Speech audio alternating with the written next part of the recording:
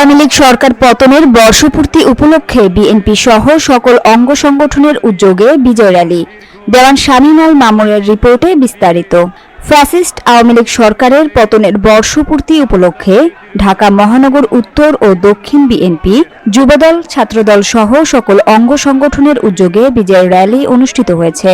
গতকাল এই বিজয় র্যালিতে ৫ লাখের বেশি নেতাকর্মী অংশগ্রহণ করেছেন।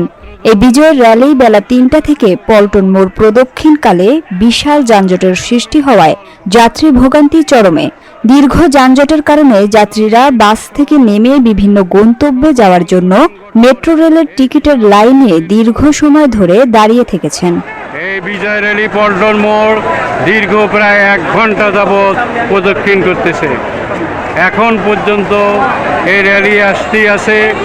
এই র্যালিটি প্রদক্ষিণ করে কাকরাইল মোড় হয়ে কেন্দ্রীয় কার্যালয়ে গিয়ে পৌঁছাবে।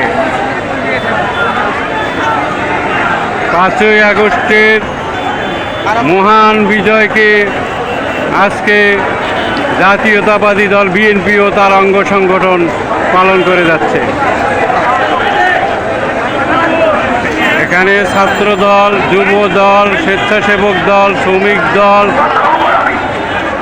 মূল দল বিএনপি সহ কৃষক দল, সকল অঙ্গ সংগঠন এই মহান বিজয় র্যালিতে অংশগ্রহণ করেছে।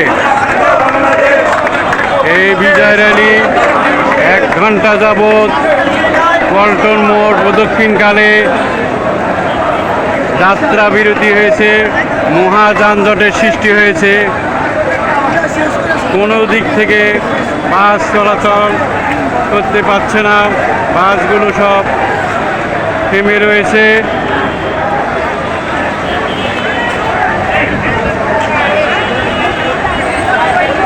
ধারণা করা হচ্ছে এই বিজয় র্যালিতে প্রায় ৫ লক্ষাধিক লোক অংশগ্রহণ করেছেন,